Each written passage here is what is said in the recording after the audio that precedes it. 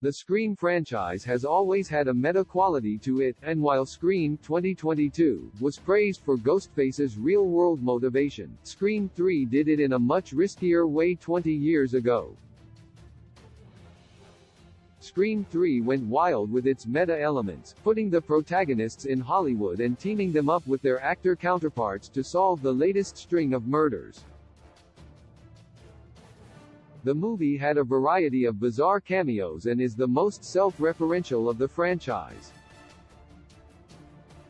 Sidney, Neve Campbell, Gail, Courtney Cox, and Dewey, David Arquette, traversed a movie version of their tragic lives while facing the horrors of Hollywood based on real-life villains. Scream 2022 commented on toxic fandoms, with its killers obsessing over the original Stab movie and returning the franchise to its roots, steering the franchise in the direction they thought it should go. It was a commentary on how entitled fans can be about the properties they love and what it would be like if someone took their love of a franchise way too far. Scream 3 also took inspiration from real-world events and people, but it pulled it off in a bolder way compared to the 2022 Requel. The Ghostface motivation in Scream 3 differed from Scream 2022, as it turned to Sidney's lineage and retconned the events of the original Scream.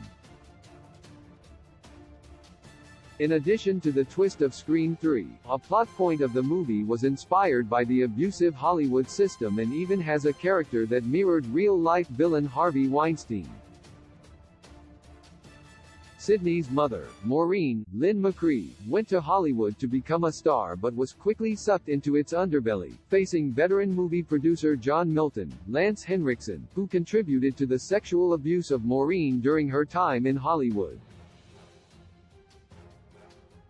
How Scream 3's John Milton mirrored Harvey Weinstein. Scream 3 came out nearly 20 years before the Harvey Weinstein scandal and the start of the Me Too movement, but Weinstein's awful actions had been known about for years before that.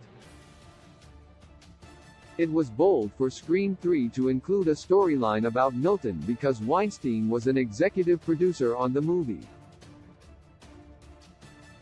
He helped make a movie that was essentially calling him out on his crimes.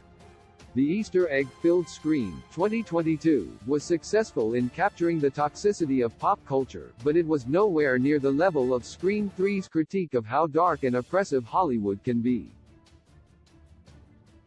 Wes Craven and writer Aaron Kruger's not-so-subtle jab at evil figures in Hollywood in Scream 3 somehow did not warrant a rewrite or re-edit from producer Harvey Weinstein, who embodied the actions of John Milton in real life.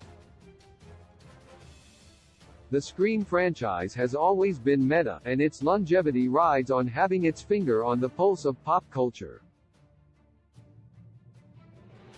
Scream 2022 was a great, but light, critique of the state of horror and toxic fandoms of today, but the maligned Scream 3 took an even bigger risk by commenting on the vile acts of the people behind the camera right under their noses.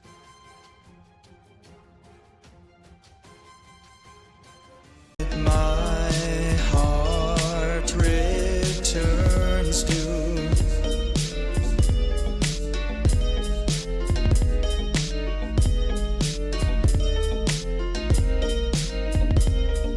you, dear, you.